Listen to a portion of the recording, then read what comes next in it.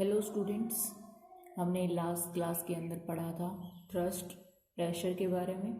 ठीक है, applications of the pressure study किया। इसके बाद जो हमारा नेक्स्ट टॉपिक आता है या फिर हम कहते हैं कि आज का जो हमारा टॉपिक है वो आपके पास में density and the relative density है। ठीक है, क्या है आज का हमारा topic? Density and the relative density. ठीक है, तो सबसे पहले आपके पास में हम डेंसिटी को डिफाइन करते हैं कि व्हाट इज द डेंसिटी। ठीक है, डेंसिटी क्या होती है आपके पास।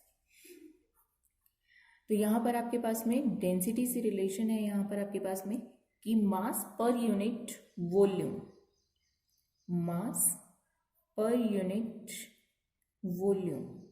ठीक है, तो डेंसिटी एक तरीके से आपके पास में क्या है? Mass by volume.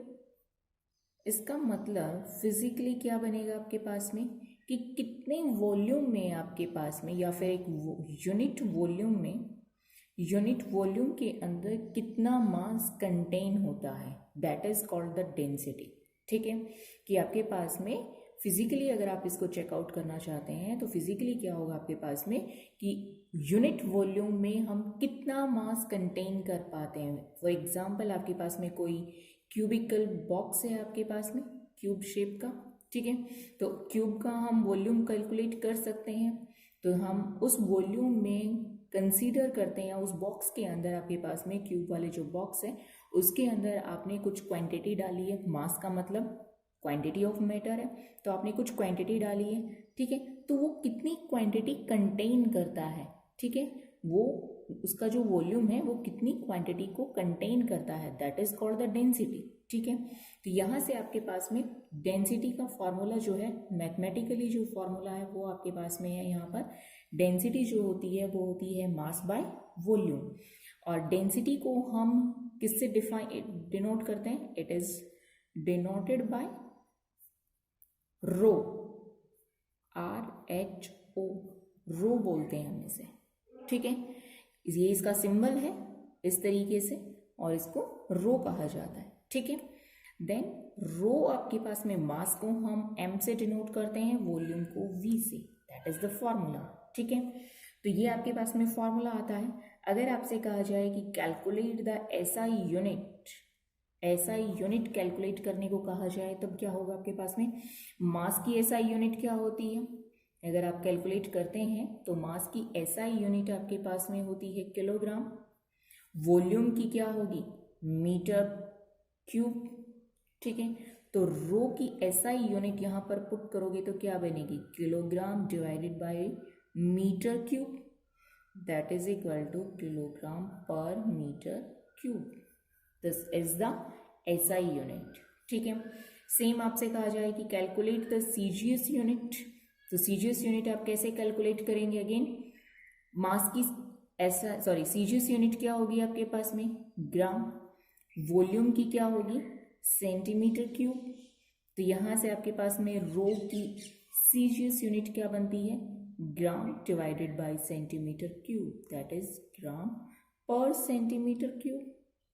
ठीक है, now calculate the relation between the SI unit and the CGS unit.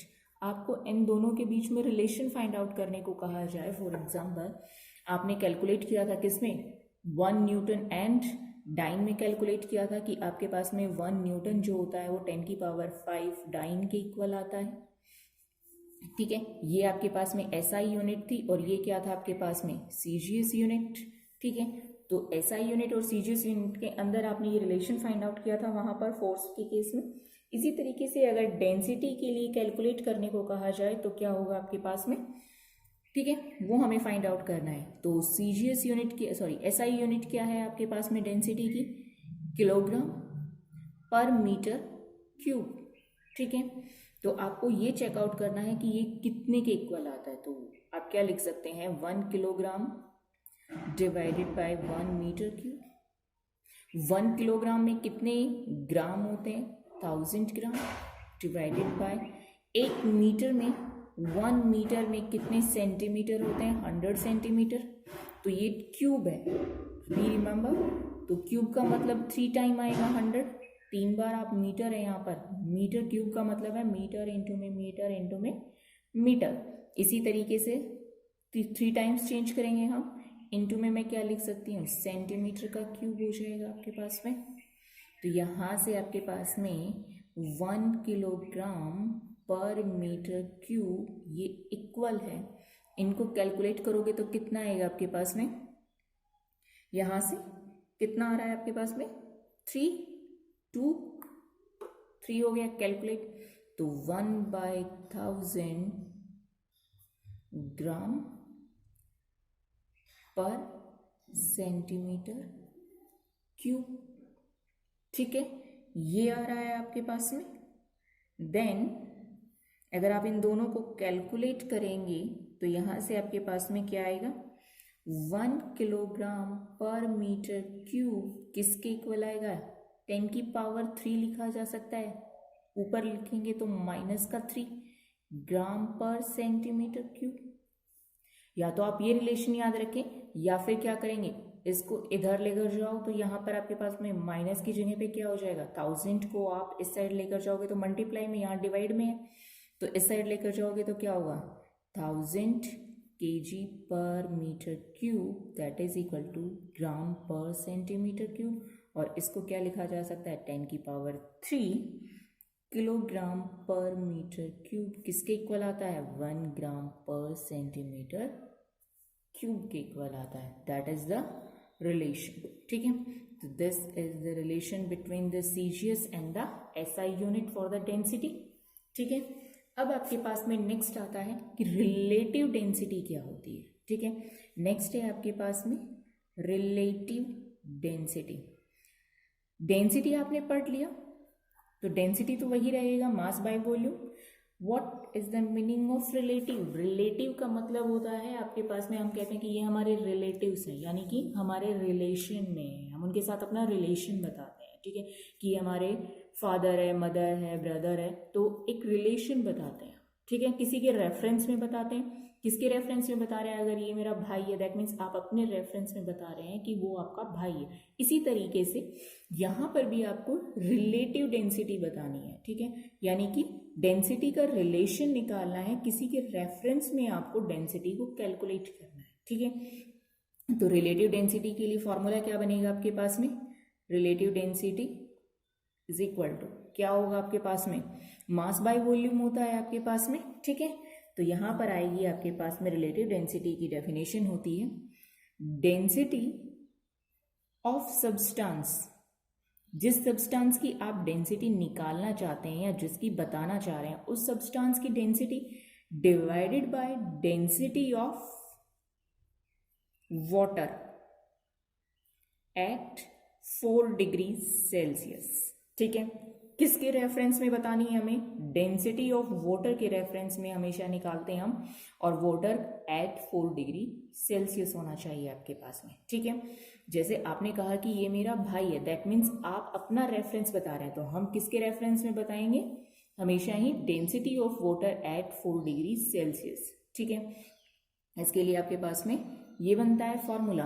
तो रिलेटिव डेंसिटी की अगर आपसे डेफिनेशन पूछी जाए एक तरीके से तो क्या बनेगी, यहाँ से relative density of any substance is defined as the ratio of, क्या आएगा यहाँ पर, आप क्या लिखेंगे, ratio of density of substance to the density of water at 4 degree Celsius, that is the relative density. ठीक है, अब आपसे कहा जाए कि calculate the unit for the relative density, तो अगर आप एसआई यूनिट कैलकुलेट करना चाहते हैं तो बताइए कि डेंसिटी ऑफ एनी सब्सटेंस, तो डेंसिटी की एसआई यूनिट क्या थी आपके पास में, kilogram per metre cube.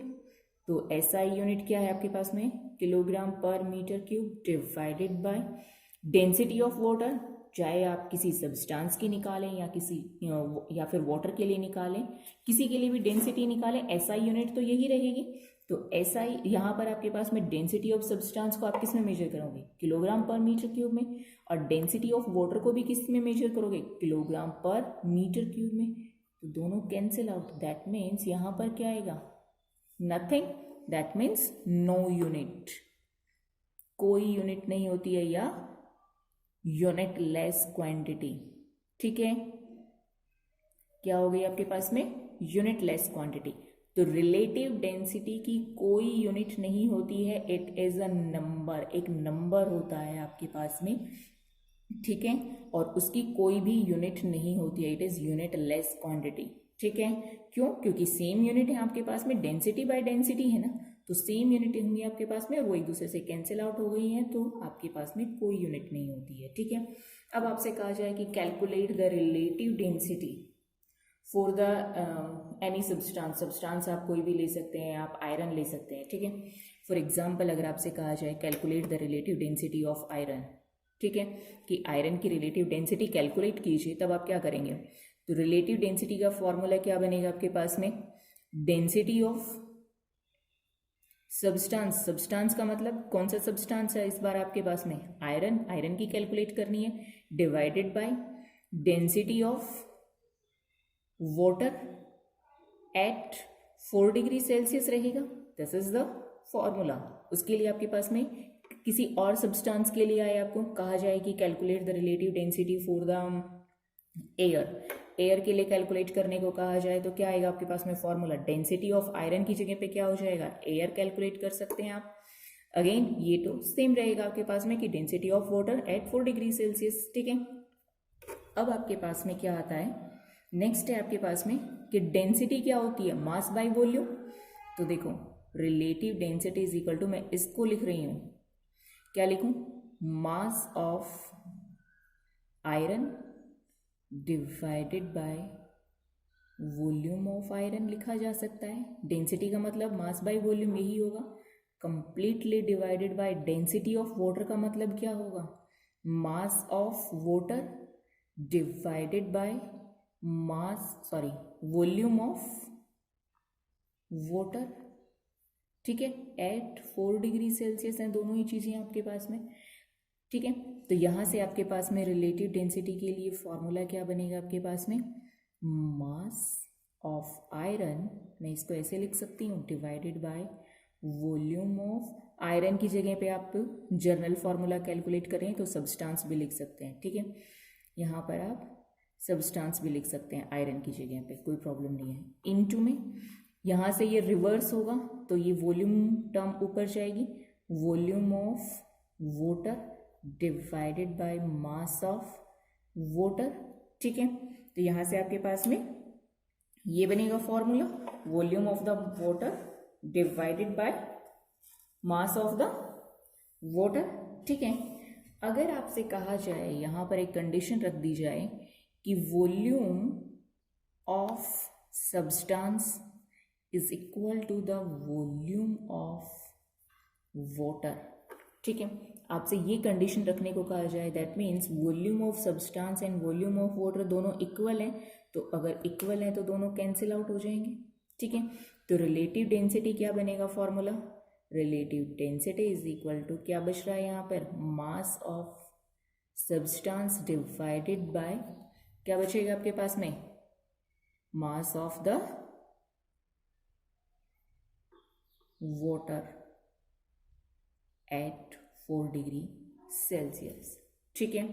Next आपके पास में क्या बनता है, अगर मास आपके पास में कैलकुलेट कर लिया है, ठीक है, तो आपके पास में दोनों के केस में आप ये लिख सकते हैं, या फिर आपके पास में रिलेटिव डेंसिटी के लिए मास को, अगर आप मास है तो मैं इसको m से डिनोट कर सकती हूँ, अगर मैं इसको दोनों ही डिवाइड भी कर दूँ और मल्टीप्लाई भी एंड डिवाइड कर दूँ, मास of substance and mass of the water, ठीक है, इनटू में g। अगर मास को हम एक्सेलरेशन ड्यू टू ग्रेविटी के साथ में मल्टीप्लाई करते हैं तो क्या बनता है, वेट। तो यहाँ से आपके पास में क्या नया फॉर्मूला बनेगा कि जो रिलेटिव डेंसिटी है ये क्या बन गया, वेट ऑफ द सब्सटेंस। तो मैं क्या लिख सकती हूँ, weight of substance divided bye ये क्या बनेगा, weight of the water at 4 degree Celsius, ठीक है। तो यहाँ से आपके पास में 3 फॉर्मूले बनते हैं। पहली बात तो आपने रिलेटिव डेंसिटी को डिफाइन किया है, अगर आप डेंसिटी की फॉर्म में रखना चाहते हैं तो आपके पास में रिलेटिव डेंसिटी का फॉर्मूला क्या बन रहा है, density of substance divided by the density of water at 4 degree Celsius, ठीक है। अगेन जब आप इसकी SI यूनिट कैलकुलेट करें या CGS unit what ever be that, तो ये आपके पास में क्या आती है, यूनिट लेस क्वांटिटी आती है, कोई यूनिट नहीं होती है, इट इज़ अ नंबर, एक कांस्टेंट टर्म आती है आपके पास में, 2 आ गया, 5 आ गया, 10 आ गया, कुछ भी आता है, that is a constant term. ठीक है, इसके बाद में फर्स्ट फार्मूला डेंसिटी की फॉर्म में आपने देख लिया। सेकंड फार्मूला आपके पास में आपने कैलकुलेट किया, जब डेंसिटी की जगह पे आपने क्या लिखा, मास बाय वॉल्यूम, दोनों ही टर्म्स के अंदर, और इसको कैलकुलेट किया किस कंडीशन के साथ में, कि जो वॉल्यूम ऑफ सब्सटेंस है और वॉल्यूम ऑफ वाटर है दोनों ही आपके पास में इक्वल है। ठीक है, तब आपके पास में रिलेटिव डेंसिटी का नया फॉर्मूला क्या आता है, मास के टर्म में mass of the substance divided by the mass of the water at 4 degree Celsius. Mass के बाद आप इसी रिलेशन को किसकी फॉर्म में लिख सकते हैं, weight of the substance and weight of the water की फॉर्म में। चाहे आप मास की फॉर्म में लिखें वाटर रिलेटिव डेंसिटी को, या वेट की फॉर्म में लिखें, किसी भी फॉर्म में लिखें, रिलेटिव डेंसिटी की कोई यूनिट नहीं होगी, ऑलवेज यूनिट लेस क्वांटिटी होगी, बी रिमेंबर, क्योंकि यहाँ क्या है, वेट बाय वेट। वेट का आपके पास में यूनिट क्या था, एसआई, न्यूटन, यहाँ पर भी न्यूटन, तो न्यूटन से न्यूटन कैंसिल आउट, अगेन क्या आएगी, कांस्टेंट टर्म। मास है, मास की एसआई यूनिट क्या होगी, किलोग्राम, अगेन ये भी मास है, तो मास के लिए किलोग्राम बाय किलोग्राम, दोनों ही कैंसिल आउट होकर क्या हो जाएगी, अगेन यूनिट लेस क्वांटिटी। तो बी रिमेंबर, रिलेटिव डेंसिटी हमेशा ही क्या रहेगी आपके पास में, यूनिट लेस क्वांटिटी रहेगी। ठीक है, वन मोर थिंग जो आपके पास में याद रखने की है, वो क्या है आपके पास में, कि relation between the SI unit and the CGS unit. ये एसआई यूनिट है, ये सीजीएस यूनिट है आपके पास में, और दोनों में क्या रिलेशन होता है ये आपको याद होना चाहिए। ठीक है, this is more important here. Okay, after the relative density हमारे पास में जो नेक्स्ट टॉपिक आता है, that is the pressure in the fluids. Pressure आपको कैलकुलेट करना है in the case of the fluid. ठीक है, तो उसके लिए सबसे पहला पॉइंट आता है कि फ्लूइड होता क्या है। ठीक है, तो दो सब्सटेंस, फ्लूइड क्या होते हैं, वो सब्सटेंस जो आपके पास में which can flow under the action of the external force. जब आप उनके ऊपर कोई एक्सटर्नल फोर्स लगाते हैं तो वो क्या कर सकते हैं, फ्लो कर सकते हैं। फॉर एग्जाम्पल आपके पास में यहाँ पर आपके पास में आते हैं ऑल द लिक्विड्स, कोई भी लिक्विड है आपके पास में, और गैसेज हैं। ठीक है, तो सारे के सारे लिक्विड्स और गैसेज जब उनके ऊपर एक्सटर्नल फोर्स लगाया जाता है तो वो सारे के सारे क्या कर सकते हैं, फ्लो कर सकते हैं। तो यहाँ से आपके पास में फ्लूइड क्या होता है, सब वो सब्सटेंस, दो substance which can flow under the effect of external force। जब उनके ऊपर कोई भी एक्सटर्नल फोर्स वर्क करता है तब वो क्या करते हैं, फ्लो करते हैं। तो इसके लिए एग्जांपल आपके पास में all the liquids and the gases. ठीक है, नेक्स्ट आता है आपके पास में कि हमें प्रेशर कैलकुलेट करना है in case of the fluid. ठीक है, कि लिक्विड्स के ऊपर प्रेशर कैसे काम करता है, या गैसेस में प्रेशर कैसे बनता है या कैसे डेवलप होता है। तो उसके लिए सबसे पहले पास्कल ने हमें एक लॉ दिया था, और वो लॉ क्या कहता है, अकॉर्डिंग टू दैट लॉ, कि if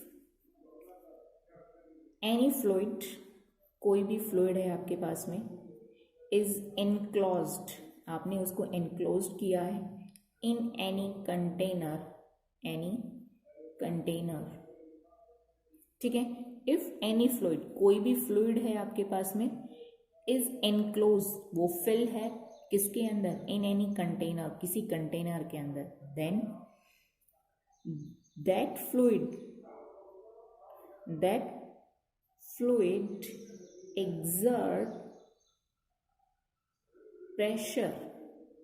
exert pressure on the walls of container।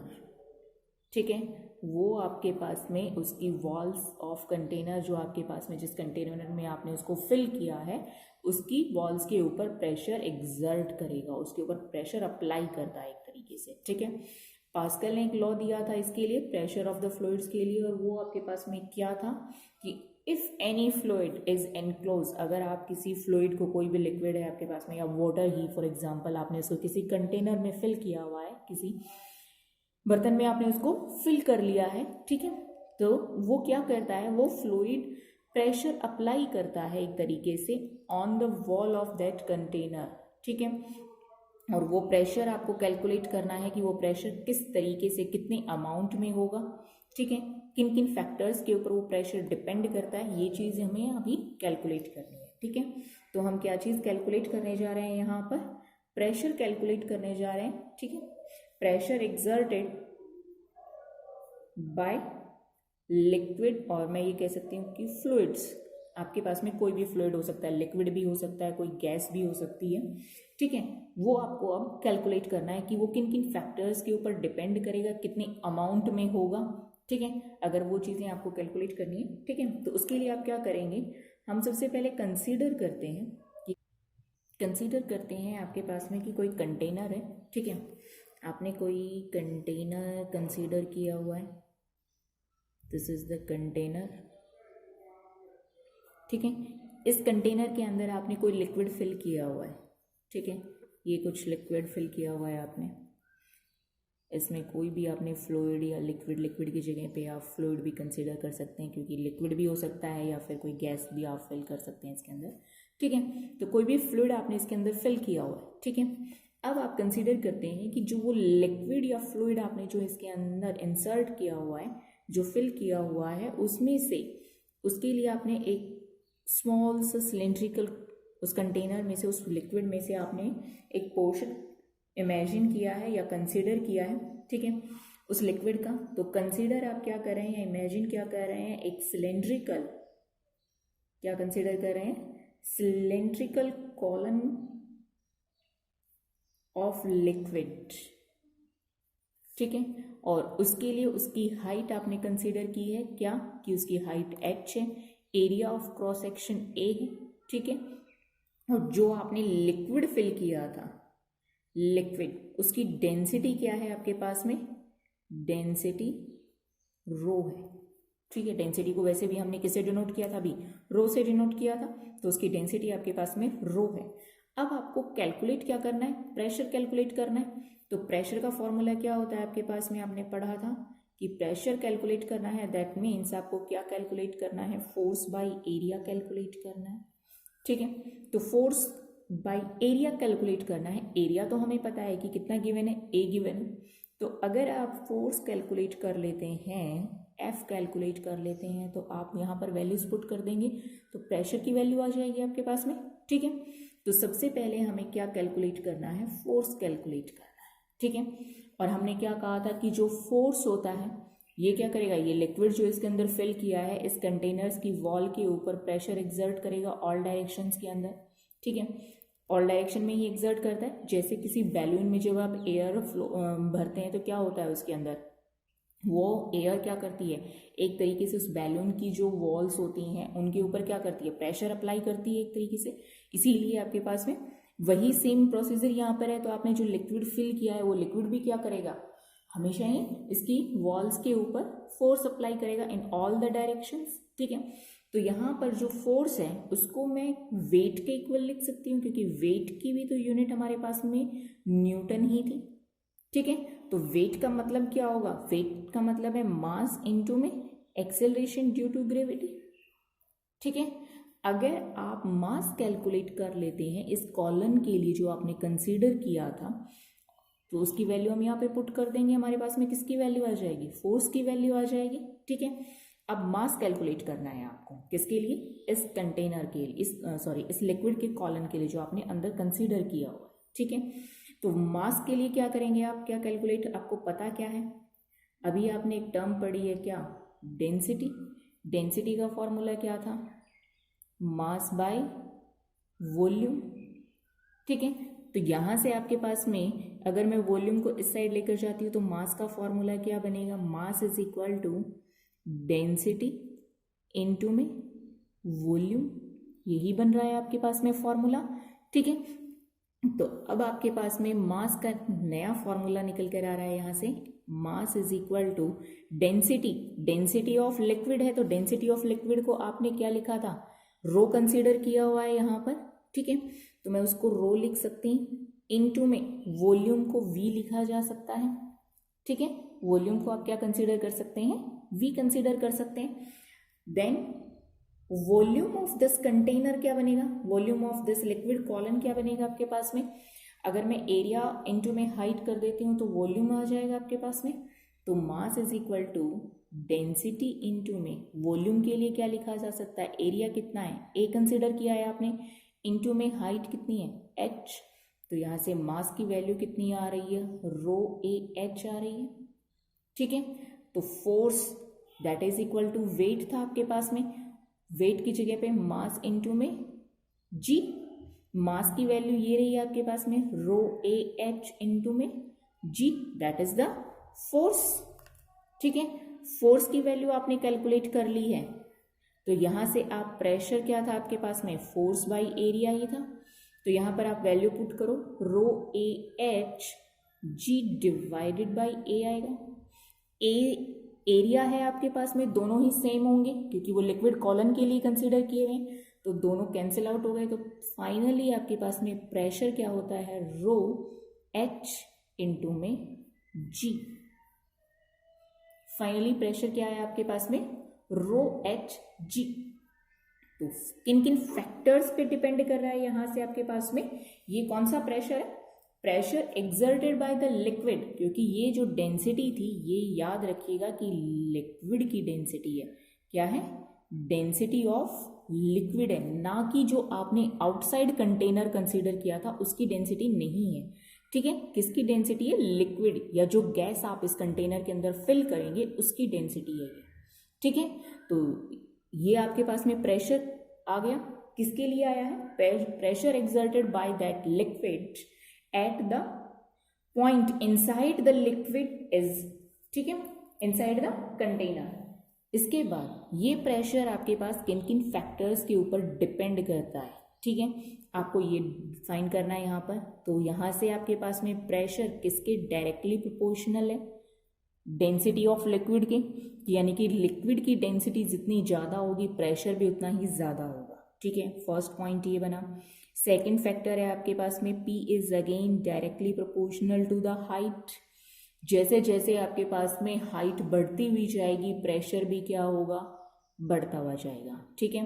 तो इसका मतलब आपके पास में क्या हुआ, जैसे जैसे इस हाइट का मतलब हम बाद में डिस्कस करें, ठीक है। थर्ड पॉइंट आपके पास में आ रहा है जी, P is directly proportional to the acceleration due to gravity, ठीक है, इसके भी डायरेक्टली प्रोपोर्शनल है। जी की वैल्यू अगर आपके पास में वेरी करेगी at the surface of the earth अलग होती है, हाइट पर जाओगे डिफरेंट वैल्यू होगी, डेप्थ में जाओगे अलग वैल्यू होगी, ठीक है। तो यहाँ पर हाइट ऑलरेडी मेंशन है, तो हाइट के साथ में जी की वैल्यू वेरी करेगी, तो प्रेशर भी जी के साथ में वेरी करेगा, यानी कि इन तीन फैक्टर्स के ऊपर आपके पास में प्रेशर डिपेंड करता है, ठीक है। इन तीनों ही चीज़ों के ऊपर आपके पास में प्रेशर डिपेंड करेगा। तो this is the pressure due to the fluid in any container, ठीक है।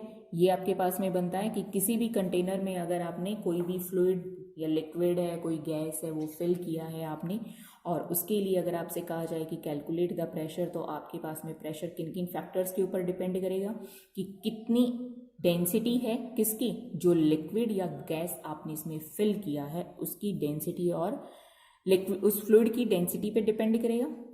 अगेन कितना फिल किया है, कितनी हाइट तक आपने उस कंटेनर के अंदर फिल किया है, हो सकता है कि आप जैसे ये कंटेनर था आप इतने अमाउंट में फिल करते, ठीक है, अब आपने इतने में फिल किया हुआ है, ठीक है। तो डिपेंडिंग अपॉन दिस हाइट के ऊपर भी डिपेंड करेगा, और लास्ट फैक्टर किसके ऊपर डिपेंड करेगा, एक्सेलरेशन ड्यू टू ग्रेविटी के ऊपर डिपेंड करेगा, ठीक है। प्रेशर के बाद में प्रेशर कैलकुलेट कर लिया, इसके बाद जो हमारा नेक्स्ट टॉपिक आता है that is called upthrust and the बायोंट force, ठीक है। वो आपके पास में अपथ्रस्ट और बायोंट फोर्स। बायोंट फोर्स हमने थ्रस्ट पढ़ लिया था, वैसे क्या होता है, परपेंडिकुलर फोर्स, ठीक है। तो इस बार आपके पास में किस डायरेक्शन में है वो परपेंडिकुलर फोर्स, अप डायरेक्शन में, ऊपर की डायरेक्शन में, ठीक है। तो perpendicular force in upward direction calculate करना है, और उसका दूसरा नाम क्या है आपके पास में, बायोंट फोर्स, ठीक है। हमारा टॉपिक या हमारा जो चैप्टर है वो कौन सा चल रहा है, ग्रेविटेशन। ग्रेविटेशन का मैंने कहा था कि जो रिमेनिंग पोर्शन था वो कौन सा था, फ्लोटेशन का। फ्लोटेशन का मतलब या फ्लोट का मतलब तैरना होता है, ठीक है, कि कोई ऑब्जेक्ट आपके पास लिक्विड में कब फ्लोट करेगा, कब श्रिंक करेगा, ठीक है, हमें ये स्टडी करना है अब। तो इसके लिए आपको सबसे पहले किसके बारे में पता होना चाहिए, बायोंट फोर्स के बारे में या अपथ्रस्ट के बारे में पता होना चाहिए, ठीक है। तो इसके लिए आपने डेली लाइफ में एग्जांपल्स भी सुने होंगे कि आपके पास में क्या होता है, घर में बकेट है, ठीक है, उसके अंदर आपने वाटर फिल किया हुआ है, और अगर आपके पास में कोई प्लास्टिक का मग है या जो भी है, अगर आप उसमें खाली होता है और उस बकेट में डालते हैं तो वो उसके ऊपर फ्लोट करना स्टार्ट कर देता है, यानी कि तैरता है ऊपर ही, ठीक है। बट अगर उसी मग में आप वाटर को फिल कर देते हैं तब वो क्या करता है, उसमें श्रिंक कर जाता है या फिर डूब जाता है। एक तरीके से फ्लोट करने का मतलब तैरना होता है और श्रिंक करने का मतलब डूबना होता है, ठीक है। इन बातों का ध्यान रखें। इसके बाद में आपके पास में आता है कि उसके पीछे रीज़न क्या है, ठीक है, कि बायोंट फोर्स जो है वो उसके पीछे का रीज़न है कि कब कोई ऑब्जेक्ट श्रिंक करेगा या कब कोई ऑब्जेक्ट आपके पास में फ्लोट करेगा। इसके पीछे जो रीज़न होता है वो क्या होता है, अपथ्रस्ट या फिर बायोंट फोर्स होता है, ठीक है। तो हमें ये पढ़ना है। इसके लिए आपके पास में अपथ्रस्ट होता क्या है, अपथ्रस्ट फोर्स होता है एक टाइप से, आपने पहले भी पढ़ा था, that is perpendicular force. Up direction में परपेंडिकुलर फोर्स है आपके पास में, exerted by liquid on a body which is immersed। immersed का मतलब क्या होता है, डूबना, ठीक है। immersed in liquid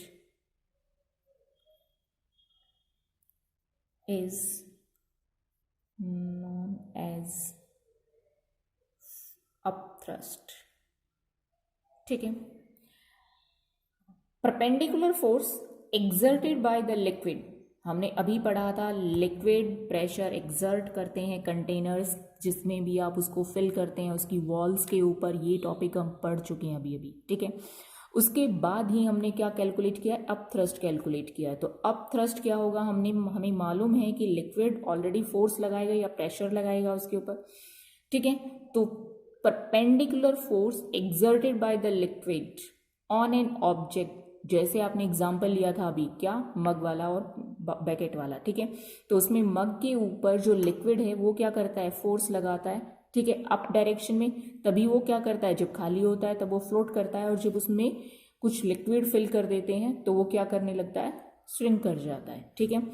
तो force exerted by the liquid, liquid के द्वारा फोर्स एक्सर्ट होता है on an body which is emerge, जिसको आप पानी में डुबोते हैं या पानी में इमर्ज किया जाता है या लिक्विड में इमर्ज किया जाता है, that is known as the upthrust, ठीक है। वो फोर्स क्या कहलाएगा आपके पास में, जो लिक्विड एक्सर्ट कर रहा है, that is called the upthrust, ठीक है। इसी को हम अपथ्रस्ट कहते हैं, और बायोंट फोर्स, और क्या कहते हैं हम, बायोंट फोर्स भी कहते हैं, ठीक है। दोनों का मतलब सेम है, चाहे आप उसे बायोंट फोर्स कहें या फिर अपथ्रस्ट कहें, ठीक है। तो अब आपको कैलकुलेट करना है कि बायोंट फोर्स कितना होगा, कितना फोर्स वो उसके ऊपर एक्सर्ट करेंगे आपके पास में, ठीक है। ये आपको कैलकुलेट करना है, ठीक है। तो हमें क्या कैलकुलेट करना है, एक तरीके से अपथ्रस्ट कैलकुलेट करना है या फिर बायोंट फोर्स कैलकुलेट करना है, ठीक है। इसके लिए आपने कंसीडर करना है, अगेन क्या कंसीडर करेंगे हम, कि हमारे पास में क्या है, कि कोई भी ऑब्जेक्ट है, ठीक है, जिसको फॉर एग्जांपल आपने जो मग लिया था, तो उसी तरीके से आपके पास में कोई ऑब्जेक्ट है एक तरीके से, तो उस ऑब्जेक्ट की हाइट h है, हाइट h, a एरिया है, ऑब्जेक्ट की हाइट h है, a उसका एरिया है आपके पास में, ठीक है। एंड उसके बाद में कोई कंटेनर जो आपने लिया हुआ था उसमें जो लिक्विड फिल किया है आपने, लिक्विड की जो डेंसिटी है, बी रिमेंबर, लिक्विड की डेंसिटी रो है, ऑब्जेक्ट की हाइट h है और a उसका एरिया है, ठीक है। तो इस तरीके से आपके पास में कोई भी कंटेनर आपने कंसीडर कर लिया है, ये कोई कंटेनर है और ये आपका ऑब्जेक्ट है, ठीक है। ये आपके पास में कंटेनर है, ठीक है, ये आपका ऑब्जेक्ट है और ऑब्जेक्ट की जो हाइट है वो क्या है आपके पास में h है, ये area of cross section a है, ठीक है। और जो लिक्विड आपने इसके अंदर फिल किया हुआ है इस लिक्विड की डेंसिटी क्या है आपके पास में, रो है। ठीक है, ध्यान रखिएगा इस बात का। ठीक है, तो यहाँ से आपके पास में हमने लिक्विड यहाँ तक फिल किया हुआ है, यहाँ से लेकर इस ऑब्जेक्ट के अपर फेस तक ये जो हाइट है आपके पास में, इसको आप h1 कंसीडर कर लें, और यहाँ से लेकर जो इसका बॉटम है वहाँ तक की इस हाइट को हम h2 कंसीडर कर रहे हैं। ठीक है, अपर फेस जो आपके पास में है वहाँ से लेकर लिक्विड जहाँ तक आपने फिल किया है ये हाइट h1 है, और अपर फेस और या लिक्विड जो है आपके पास में उससे लेकर ऑब्जेक्ट के बॉटम तक ये हाइट आपके पास में h2 है। ठीक है, और h किसकी हाइट है, इस ऑब्जेक्ट की। तो यहाँ से मैं h को लिख सकती हूँ कि दिस h2 माइनस h1, तो h की वैल्यू आ जाएगी h2 माइनस h1, किसकी वैल्यू आ जाएगी आपके पास में, h की वैल्यू। ठीक है, और हमें अब थ्रस्ट निकालना है, दैट मीन्स फोर्स निकालना है। तो अभी आपने पढ़ा था कि प्रेशर क्या होता है, आपने प्रेशर कैलकुलेट कर लिया था, ये रही आपके पास में वैल्यू। ठीक है, तो मैं ये लिख सकती हूँ कि प्रेशर ऑन अपर फेस, इस अपर फेस के ऊपर लिक्विड कितना प्रेशर लगाएगा तो उसको P1 कंसीडर कर लेते हैं, that is equal to rho. Liquid की डेंसिटी आपके पास में रो है, ये हाइट कितनी है अपर फेस के लिए, h1 इंटू में g, यही आएगा आपके पास में। ठीक है, फोर्स निकालना है तो फोर्स क्या होता है, प्रेशर इंटू में एरिया, और अगर अपर फेस के लिए निकालना है तो F1 इंटू में F1 is equal to P1 into में A हो जाएगा आपके पास में। ठीक है, और इसका एरिया ऑफ क्रॉस सेक्शन कितना था, A ही कंसीडर किया हुआ है आपने। ठीक है, तो रो H1G इंटू में A, consider it first equation. अब आपके पास में लोअर फेस पे कैलकुलेट करना है, दैट मीन्स P2 कैलकुलेट करेंगे। अगेन लिक्विड की डेंसिटी कितनी है, रो ही रहेगी। हाइट कितनी हो गई इस बार एंड तक के लिए, h2, that is h2 into में g। F2 कैलकुलेट करेंगे तो क्या बनेगा, P2 इंटू में अगेन एरिया क्या रहेगा, सेम A ही रहेगा आपके पास में, that is equal to rho H2G into में A। अगर आपने इस फेस पे निकाल लिया है फोर्स कितना है अपर फेस पे, दोनों फेसेस पे कैलकुलेट कर लिया है कि, तो मैं लोअर माइनस अपर कर दूं तो आपके पास में टोटल फोर्स आ जाएगा F is equal to F2 minus F1, that is equal to rho H2G A minus rho H1G A। Rho G A तो कॉमन आ गया आपके पास में, H2 minus H1, H2 minus H1 किसके इक्वल है, H के। तो मैं यहाँ पर क्या लिख सकती हूँ आपके पास में, that is equal to rho GAH, that is the force, यही आ रहा है आपके पास में। बट एरिया इनटू में हाइट किसके इक्वल होता है, वॉल्यूम के। तो फोर्स आपके पास में क्या आ गया, वॉल्यूम, इसकी जगह पे क्या लिखा जा सकता है, वॉल्यूम रो एंड जी, ये आ गया। और ये क्या है आपके पास में, this is the required बायोंट force. ठीक है, क्या है ये आपके पास में, रिक्वायर्ड बायोंट फोर्स है। तो यहाँ से आपने कैलकुलेट कर लिया है कि जो आपके पास में बायोंट फोर्स होगा उसका मैग्नीट्यूड किन किन फैक्टर्स के ऊपर डिपेंड करेगा। तो F यहाँ से क्या है, directly proportional to the volume of object है, बे रिमेंबर, ना कि लिक्विड है आपके पास में। ठीक है, किसका है, वॉल्यूम किसका है, ऑब्जेक्ट का। Then force is directly proportional to the rho of liquid, volume object का है, डेंसिटी लिक्विड की है, और थर्ड फैक्टर क्या है, on the G, acceleration due to gravity के ऊपर डिपेंड करता है। ठीक है, अगेन बायोंट फोर्स क्या होता है, it is a force exerted by the liquid, जो फोर्स लिक्विड एक्सर्ट करता है जब आप किसी लिक्विड में किसी भी ऑब्जेक्ट को डिप करते हो या इमर्स्ड करते हो। ठीक है, तो वो आपके पास में बायोंट फोर्स कहलाएगा, और बायोंट फोर्स को आपने कैलकुलेट कर लिया है और उसकी वैल्यू आती है F is equal to V into में रो इंटू में G। तो यहाँ पर जो वॉल्यूम है वो तो ऑब्जेक्ट का है, बट जो डेंसिटी है वो लिक्विड की कंसीडर करते हैं हम, N2 में एक्सेलरेशन ड्यू टू ग्रेविटी आता है, ठीक है।